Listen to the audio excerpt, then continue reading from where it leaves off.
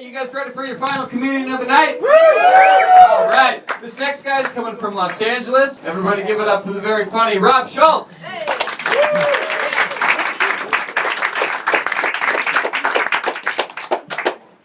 Ladies and people of CineCave, my name is Rob Schultz. I am not a cop.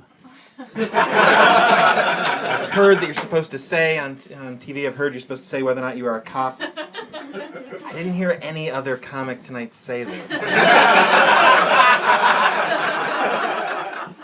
Be cool.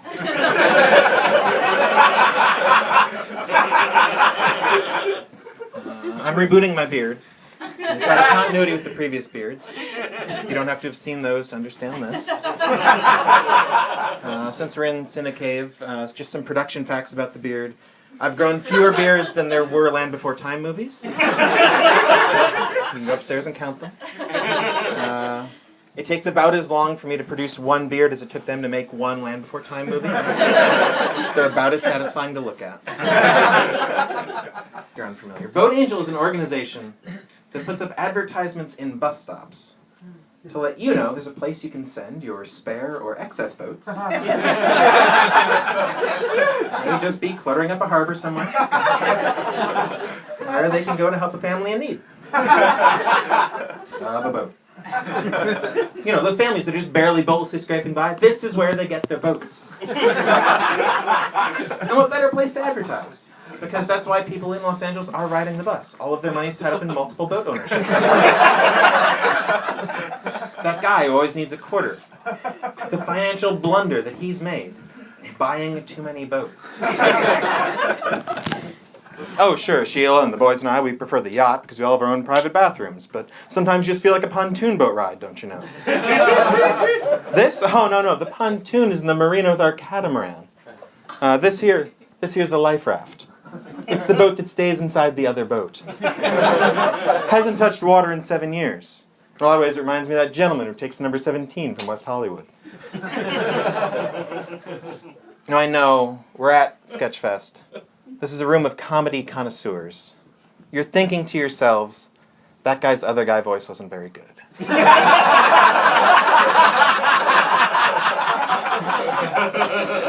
And you're right.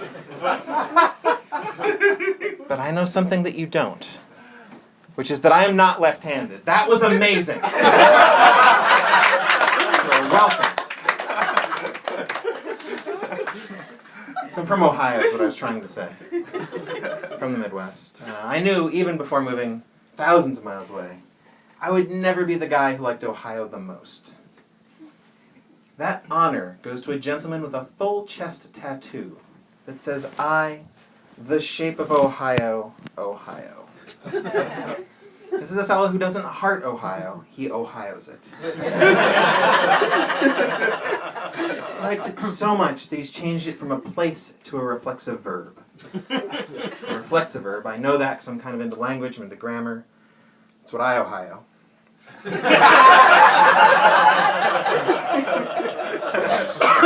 I know that there's a word for people who like that sort of thing. It's etymology. An etymologist is the sort of guy who'd be interested to learn that, like, when you see XXX written outside of a strip club or on a jug of whiskey in an old cartoon, it's there because it represents sin, because it's the Roman numeral for 30, as in the 30 pieces of silver that the Romans gave Judas to betray Jesus.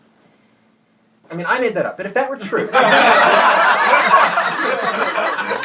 that's the sort of thing that an etymologist would find fascinating. What I find fascinating is that in pretty much every language, the way we say goodbye to somebody is to wish God on them.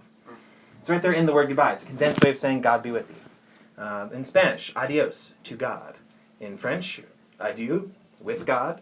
In German, they say auf Wiedersehen. That's actually, they're telling you to turn Widdershins. That's an old-time way of saying turn counterclockwise, but the Germans are weird. Italians arrive with the spirit, arrivederci.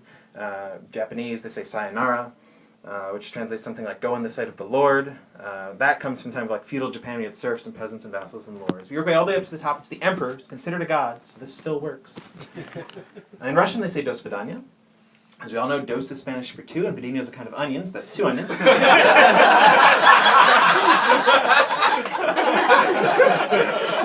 I'm not sure why the Russians say that. Lithuanian is an interesting one. Lithuanian does not have a word for goodbye. Consequently, you don't meet a lot of Lithuanians. It's a very difficult country to live in.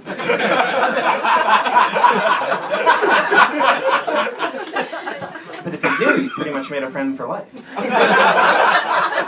Until you dismiss them. It's like having your own private Chewbacca. In Romania, they still speak Latin. And Latin is a dead language, which is why Romania remains almost completely cut off from the rest of Western civilization. Or they would, if not for their primary export, which is the chocolatey beverage Yoo-hoo. Yoo-hoo was invented in Romania in the 1920s to help keep Zeppelin pilots alert and awake.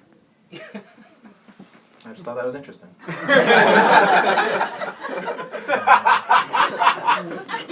Also, it's not true.